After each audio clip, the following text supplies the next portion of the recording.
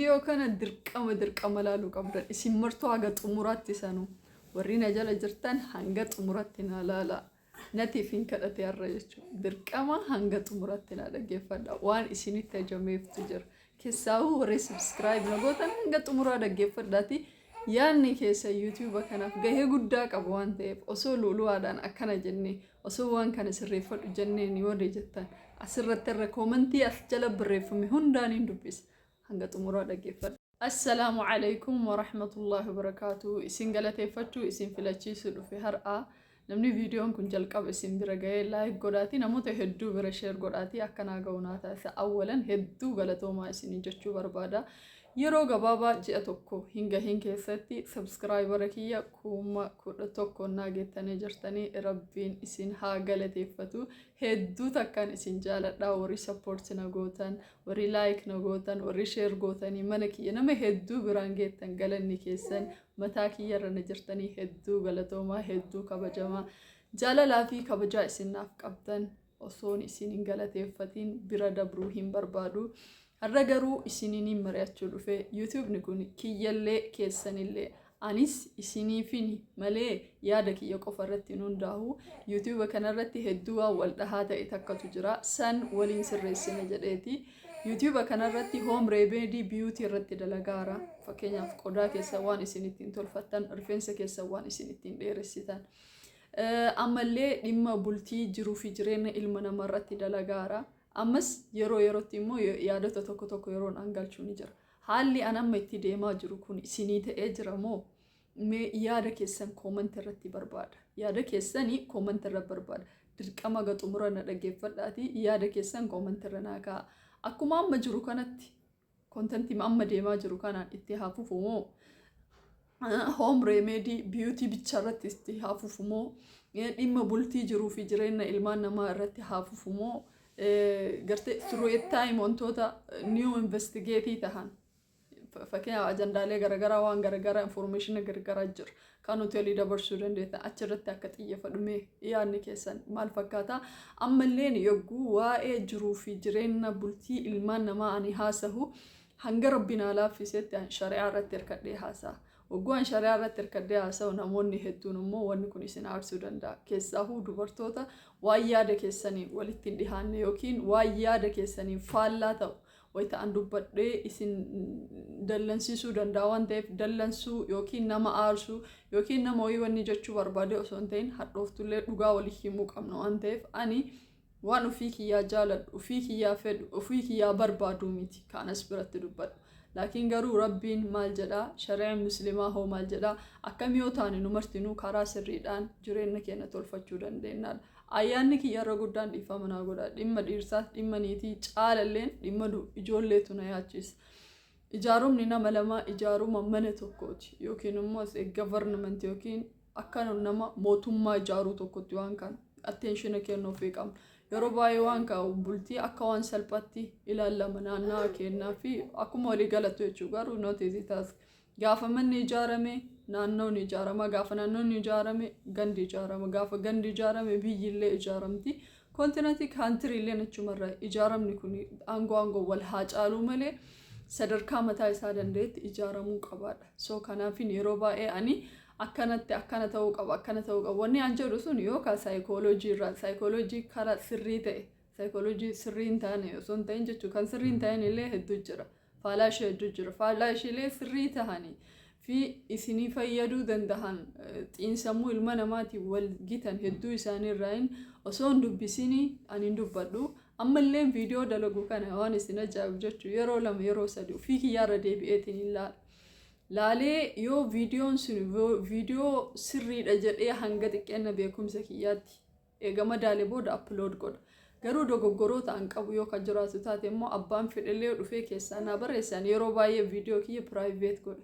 Yoon viidiyoon sun sirrii miti yookiin immoo xiinsammuu namoota tokko ni tuqa jedheetiin yoo kan yaadu taate jechuudha. Hanga rabbina laaffisetti ilma namaa tokkuma waraanuu dhabuuf eeggachuudhaaf hedduu takka yaala haa ta'u garuu ilma namaa kana rabbummaan uume walqixa gammachiisuu hin danda'u ilmi namaa rabbii uume irraa guutuutti gammadaa miti ana banii aadam bashara dhiisaati jechuudha tokko akkuma gammadu tokko nafuu danda'a waan ta'eef nama hunda walqixa gammachiisuun hin danda'amu haa ta'u garuu giddu galeeffadheetiin namoota hedduu waan hin fayyada jedhu irratti xiyyeeffadha.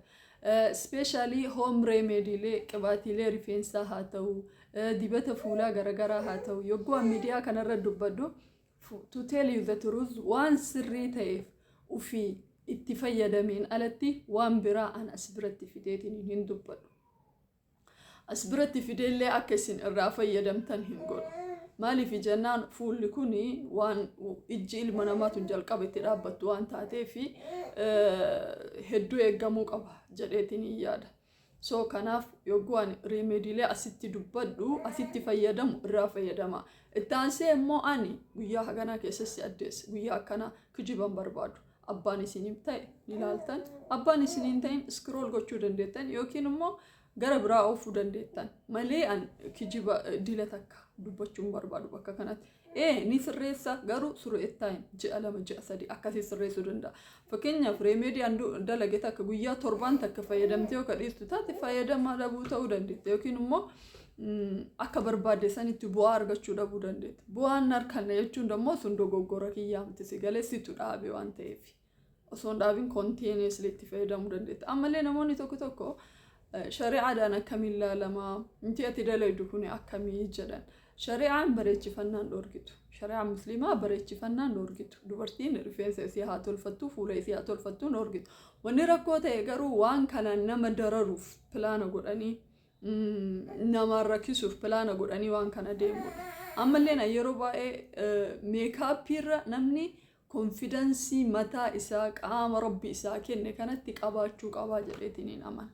Kanaaf illee yeroo baay'ee kan irra deddeebi'ee viidiyoolee garagaraa irratti kana fayyadamaa jedhu. Meekaappii fi kireemiileen hundumtu garaagarummaan meekaappii fi kireemiilee hunduma kan jiruu fi kan amma dalagu kana yoo jiraate kan isaanii keemikaala qaba kiyya keemikaala hin qabu kiyya meekaappii miti. Laakiin home remedy natural home remedy kan biraa isin suuqarraa bitattan dammoo keemikaalota garagaraa qaba. Akka turu ka godhu jira, akka hin banne ka godhu jira, akka hafuuran sabne ka godhu jira. Kun immoo qodaa ilma namaa kana ni miidha. Qodaan ilma namaa takka yoo miidhamee bilar ta'ee jedhe immoo eegasii wal jalaa ciccitaa deema. Wanti kun immoo akka hin taaneef namni qodaa ofii kana eeggachuu qaba. Ammallee ani yeroo baay'ee biliich yookiin kireemota nama addeessan. Waan kana namni hedduun akka hin fayyadamneef irra deddeebi'ee isiin karadhaan jilbeeffadhe jechuudha. Leennahu qodaan ilma namaa kuni replace wal godhaa deema. Fakkeenyaaf namni tokko yeroo wahii fakkeenya kireema wahii dibattee adii takkas godhuu danda'a. For time being achi booda garuu si cicciraa si babarrataa deema. San jechuun kireemni ati dibatte sun bleach godhee jira upper layerii san jechuudha. Inner layering dammoo wayita upper layerii san replace godhu kuni keemikaalaan ka miidhame waan ta'eef bakka akka awwala naturally osoo hin beeksisin replace godhu san disorderii ta'ee jira. Wayita sanitti immoo qaamni keenya badaa deemaa jechuudha.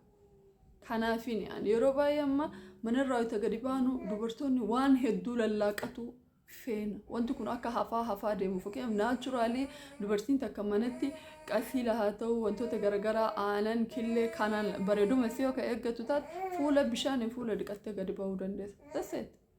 Kan ammoo ka ta'uu danda'u suuta jennee yoo nuti waan kana sammuu keenyatti addaattu gochaa deemnedha.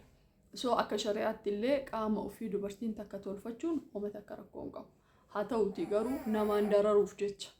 Yookiin immoo gartee ala keessa akka feetetti godhachuuf jecha yoo yaada kanaan ka deemtu taate suni waan isiin dalayde irratti malee waan fuula san isii tolchuuf waan isiin tolfatte sanarraa hin gaafatamti galee garuu waan niyyaa isii waan san dalaydeetiifin for all anallee waan dalagurraa rabbiin nama waan sirrii dalagunaa taasisu isinillee warra dhaggeeffatu waan sirrii warra dhaggeeffatu sinaa taasisu. Laakiin yaada keessan koomantii irratti dirqama na barbaachisa. So koomantii irra yaada keessan naa kaha. Assalaamu alaikum wa rahmatullahi wa barakaatuhu irra deebi'ee isin galateeffadha.